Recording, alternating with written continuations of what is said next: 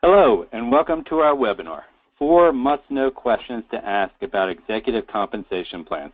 This is a hot topic for many credit union directors and CEOs for a lot of very good reasons. It can help credit unions attract and retain their top talent, but there are also some risks if the plans are not set up correctly.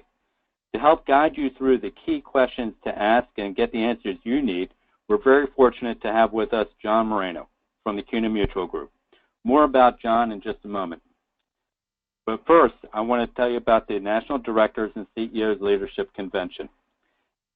In celebration of our 40th anniversary, we're delivering more practical guidance and solutions for credit unions at with our 40 for 40 series, with webinars just like this one. And of course, we have even more expert speakers and guidance at our 40th Directors and CEOs Leadership Convention in Las Vegas, beginning August 1st. John Moreno is one of our featured speakers at the convention, and we're very glad to have him share his advice with us today in this special webinar. John is an executive benefits specialist for CUNA Mutual Group, a company that specializes in supplemental executive benefit programs specifically tailored to credit unions. John brings his broad knowledge of credit unions, their regulatory, accounting, and investment environment, and current developments in executive compensation to help credit unions make the most of their benefit dollar. So without further ado, I'll turn it over to you, John. Thanks, Dennis. Much appreciated. I figured we would start with an overview of what we're going to cover for the next 25 to 28 minutes of this webinar. First, we'll start with a little bit of background around non-qualified deferred compensation plans. These are always a hot topic. There's a lot of information. There's also a lot of conjecture and what we'd consider misinformation out there in the marketplace. So I want to set some stage around the background and those plans, how they're used, and what they look like. Second, the key question you should ask as a board member or leader of the credit union is, what could go wrong? A friend of mine's quote is, what could possibly go wrong? But again, what could go wrong? What could happen that would adversely affect the executive, the credit union? What is the chance of those things happening, and how do you address that? Next, how does a plan compare? Right now, the hot trend, if you would, tends to be centered around split dollar arrangements. Really elegant plan design can work very well. However, being able to demonstrate comparison of different plan options and understand what the trade-offs you're entering into are and how those affect the institution is key. Next, could I repeat the plan again? This is a key question that you should ask.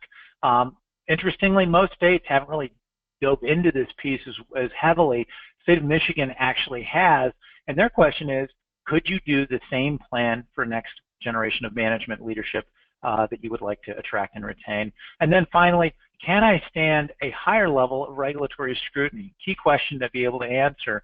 A lot of credit unions enter into these plans. There's a lot of information being provided from either one side or a single source. You want to make sure that if someone outside of the organization's leadership were to come in and ask some very difficult, detailed questions, you'd be able to answer those, and you'd be able to stand up, or your plan would be able to stand up to that type of test. Now, some common challenges we hear about in the marketplace, and this is the first and foremost, is that non-qualified deferred comp plans are not a core board competency. The board's tasked with setting the strategic direction of the credit union, governance of the overall organization, and effectively looking out for the interests of the member shareholders of the organization.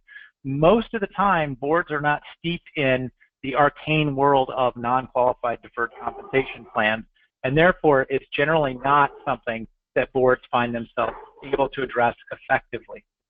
Second, the regulatory environment is constantly changing, either at the state level or the federal level. And an example would be 457F, which is a form of deferred compensation plan.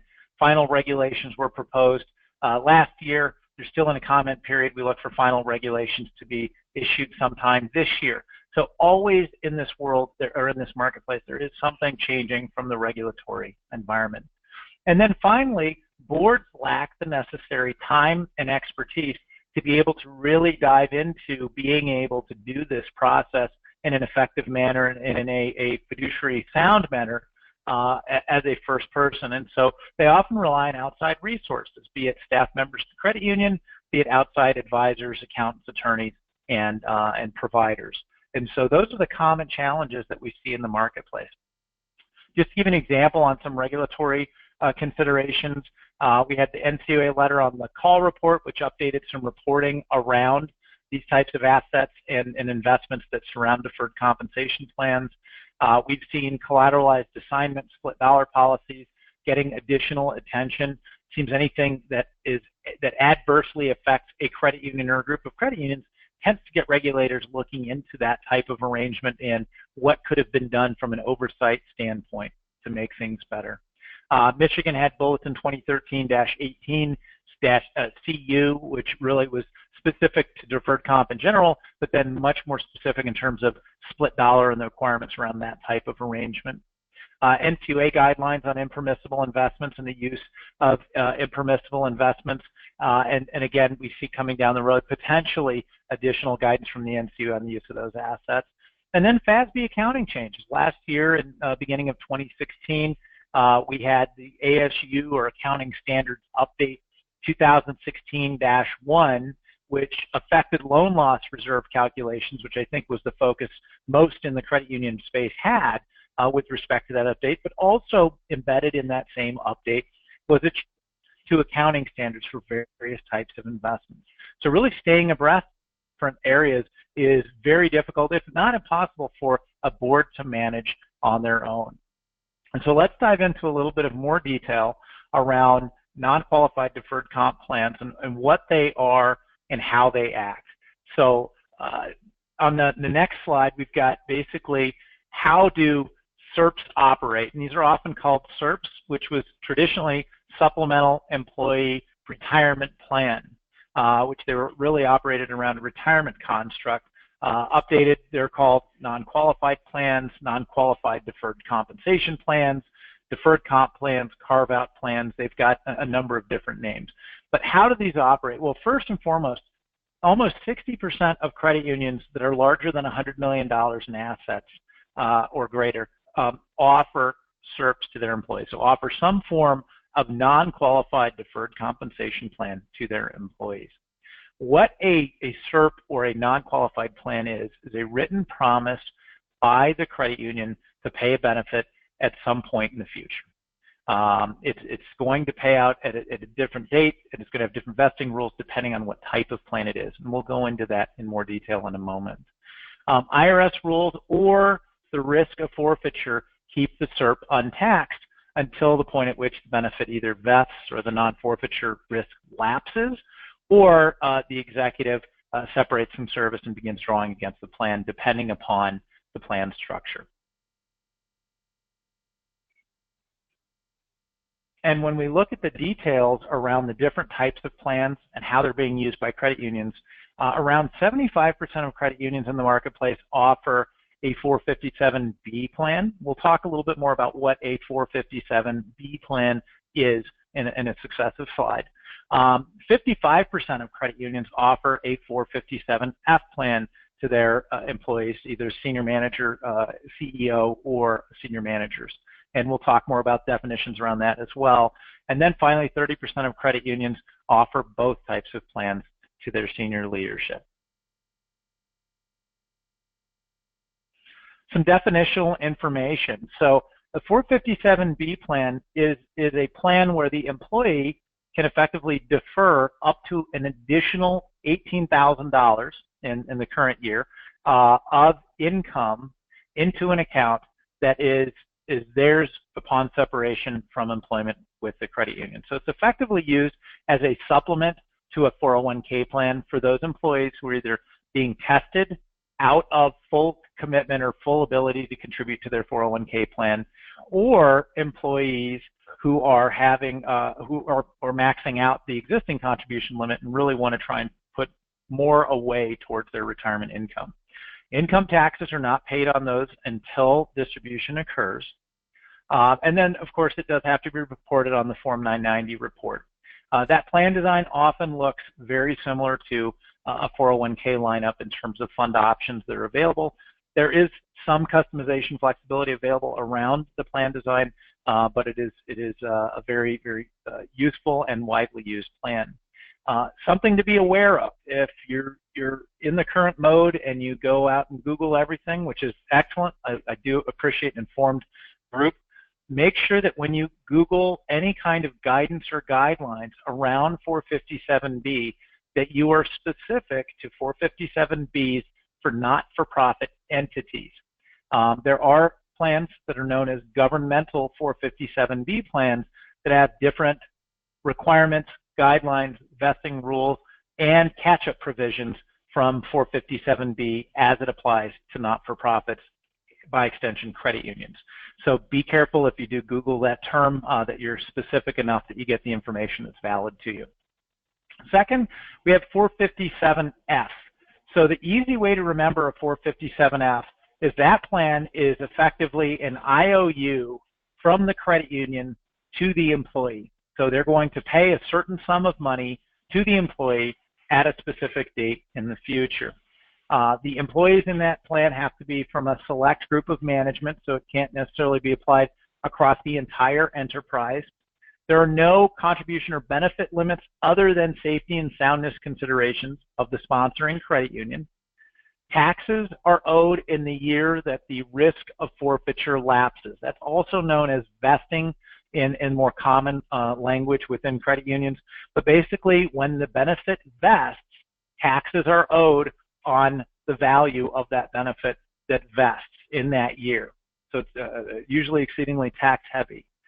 Form 990 generally rules require that that for state chartered credit unions, you report each year the amount accrued for the plan, and then you actually have to re-report everything that's paid out when it is paid out. So it's got an interesting treatment within the Form 990 structure for state chartered credit unions. Finally, we've got life insurance-based programs. It's an alternative to the 457F structure. There are no program limits on the life insurance-based program, again, other than that safety and soundness consideration. Generally, the executive applies for a permanent form of life insurance under that type of plan.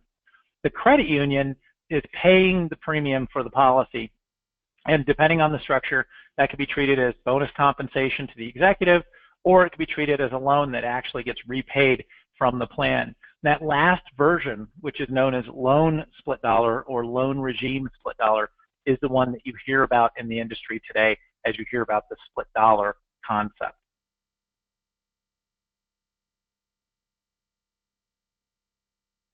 On the uses, again, 457B is used to supplement the 401k when the executive has already maxed the 401k capacity that they've got as a personal individual.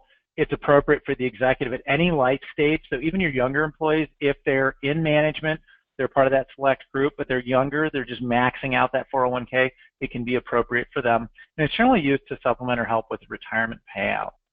457F, normally payouts are set at specific intervals in time that coordinate with the executive's life event, either retirement, college funding, etc. So those can be dovetailed to align with the executive's life cycle so that they have more meaning and context for that executive. Those can be used for retention or retirement needs, so you can use them to retain existing employees to specific points in the future, or help existing employees move into that next phase of life, of retirement, if it's appropriate. And more, they're being used as part of a recruitment package.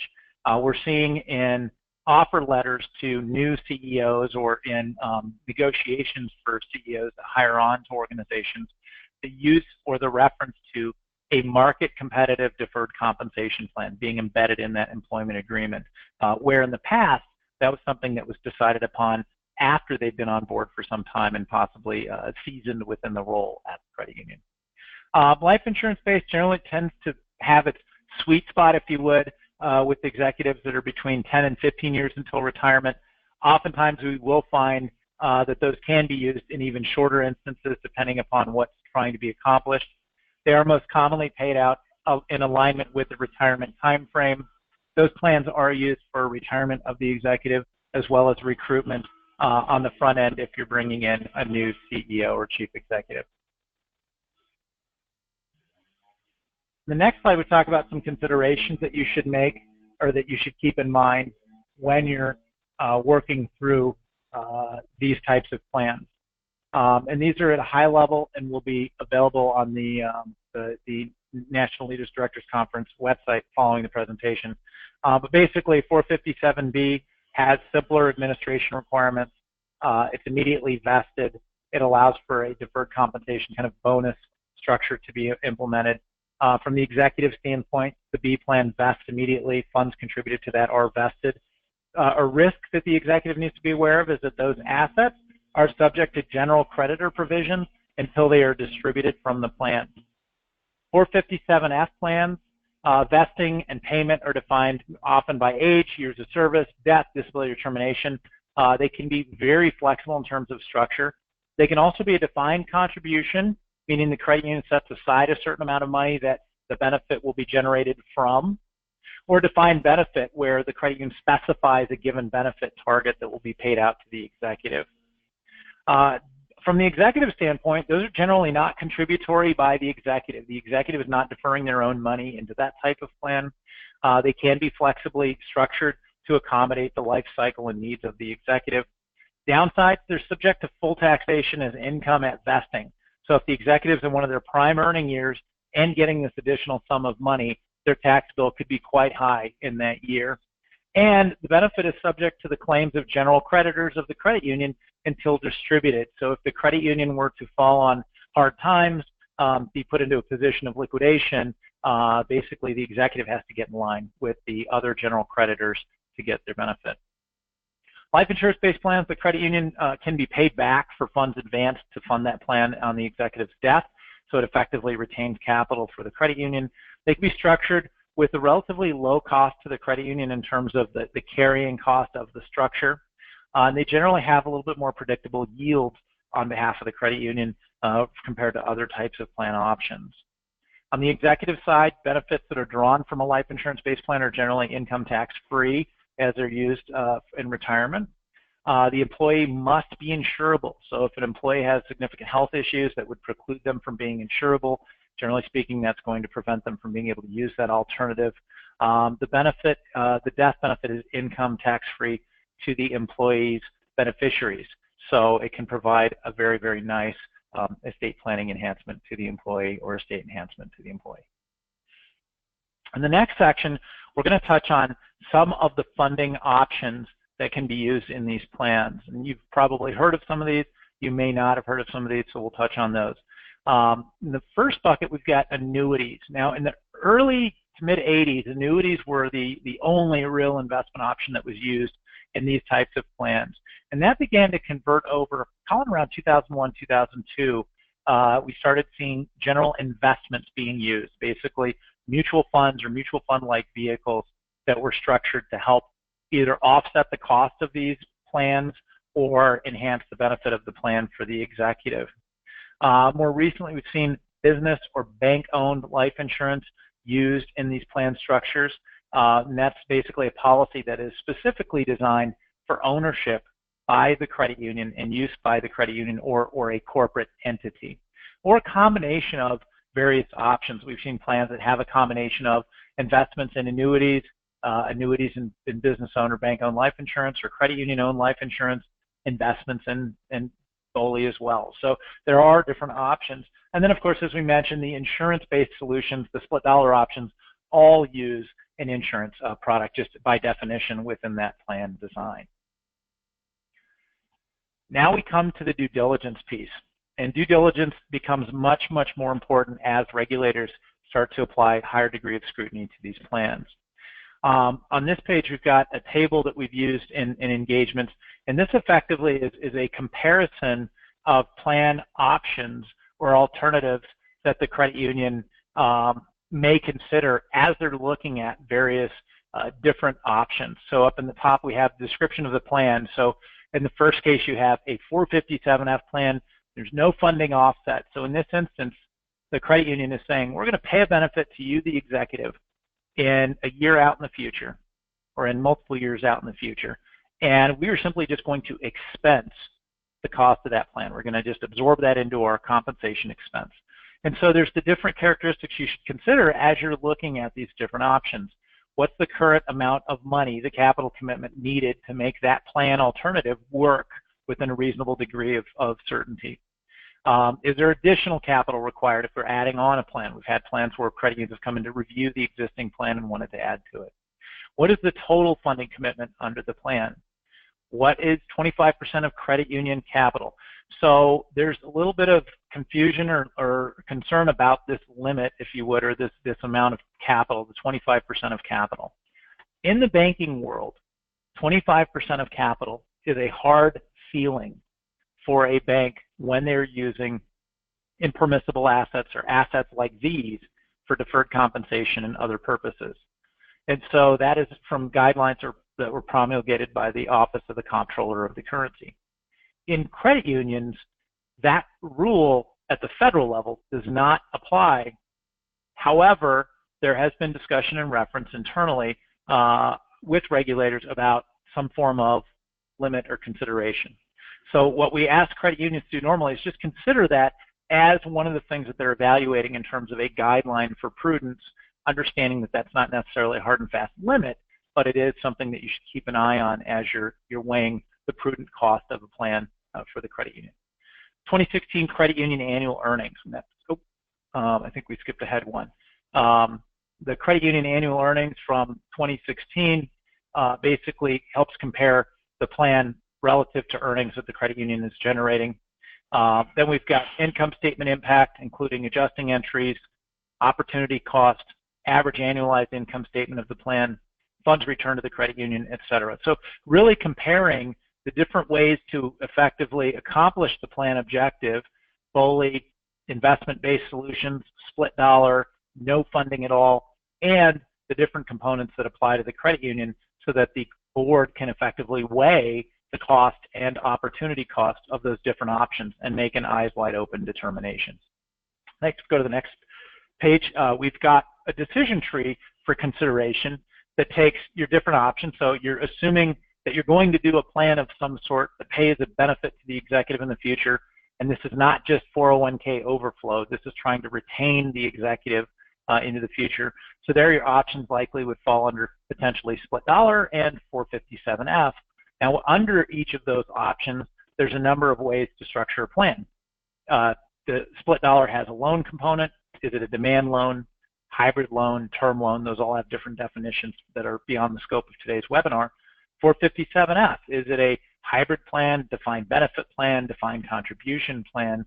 And then underlying that on the split dollar plan, you always have an insurance policy associated. Is it a whole life policy, index universal life policy? How do those compare to one another? And then on the 457F side, you've got the BOLI, bank-owned or credit union-owned life insurance approach, annuity approach, investment-based or managed account approach as well.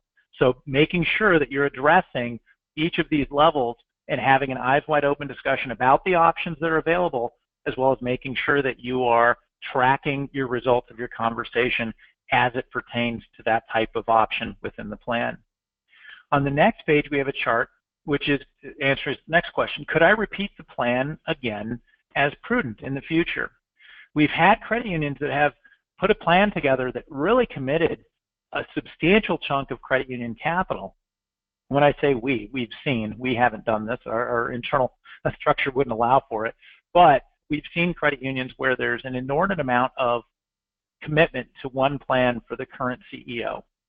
And the plan by design has, just for whatever reason, has a very long period that it will be enforced. And so could the plan be repeated for a successor CEO if that's necessary in order to evaluate the prudence of the plan?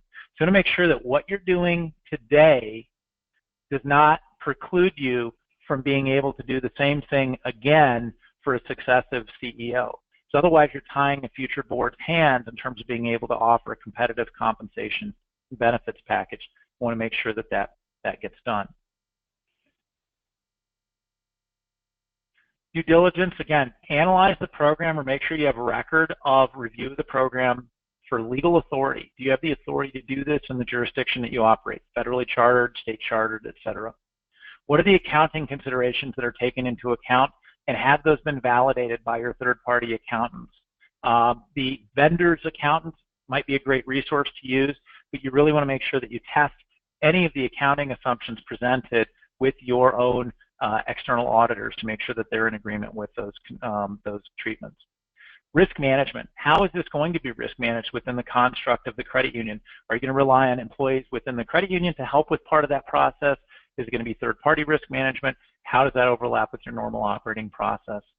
You want to evaluate alternatives to the program and/or investments. Kind of showed a high level of that with the chart in the decision tree a little earlier. Want to keep that on track. Regulatory reporting items, what needs to be reported from a Form 990, federal standpoint, et cetera. And then take all the steps that you would normally take regarding an ongoing third-party relationship, making sure that you're doing your vendor due diligence as part of your ongoing process, et cetera. The next page, really OCC guidelines, keeping an eye on those, given they don't apply to credit unions directly, but they're often referenced by either the states and not yet the federal, but we've seen it with the states. Keep an eye and an ear towards NCUA discussions and activity, also state discussions and activity about how these plans are treated and how they're reviewed on an ongoing basis. Analyzing the risks associated with the program. Again, these are the standard risks. You should be evaluating anything that the credit union does as expressed by the NCUA Examiner's Guide. And these are key to transaction risk, compliance with applicable regulations, emergent regulations, credit risk, if there's a risk to the credit union of default from any of the pieces of the plan, what are you doing to mitigate that or understand that? What is the interest rate risk over the life of the plan to the credit union? Liquidity, both now and in the future. If there's additional funding required for the plan, how does that affect you? Strategic risk, does this preclude you from making certain decisions in the future? How does it do that? And then reputation risk, what would happen if something adversely affected the credit union and the plan came to light to the general public? What would be the fallout, if any, and how would you address that? That was a very quick run through in terms of those key questions you should ask yourself about a non-qualified deferred compensation plan. I hope we provided a high-level overview of a framework you could use, or at least a path for evaluation of those types of plans if you're considering putting one in place or entertaining one, as well as kind of a decision tree if you're going down the path of those different boxes you should check in terms of getting to that final determination. So Dennis, I want to thank you and then Directors and CEOs Leadership Convention for allowing me to address the group today. And with that, I'm going to turn it back over to you. Thank you, John. Yes, there's a lot of information packed into just 30 minutes. Appreciate you taking the time to do that. And folks, I sincerely hope now you have some of the key answers you need when addressing executive compensation plans, and in particular, non-qualified deferred compensation plans. John will be talking more about this topic at the National Directors and CEOs Leadership Convention at Caesars Palace in Las Vegas. And I encourage you to come out, talk with John. This is a great opportunity to talk with him one-on-one about maybe some of the questions, concerns you may have at your particular credit union and in your particular situation. So I encourage you to come out, talk to John, get even more guidance that you need, and I want to thank everybody for taking the time today. Some folks who have joined late, we're going to be sending out a replay, or if you want to share this with other members of your board, your senior staff, feel free. We are going to be sending that out so that you have it. Have a great day, folks. And John, thank you again. Thanks.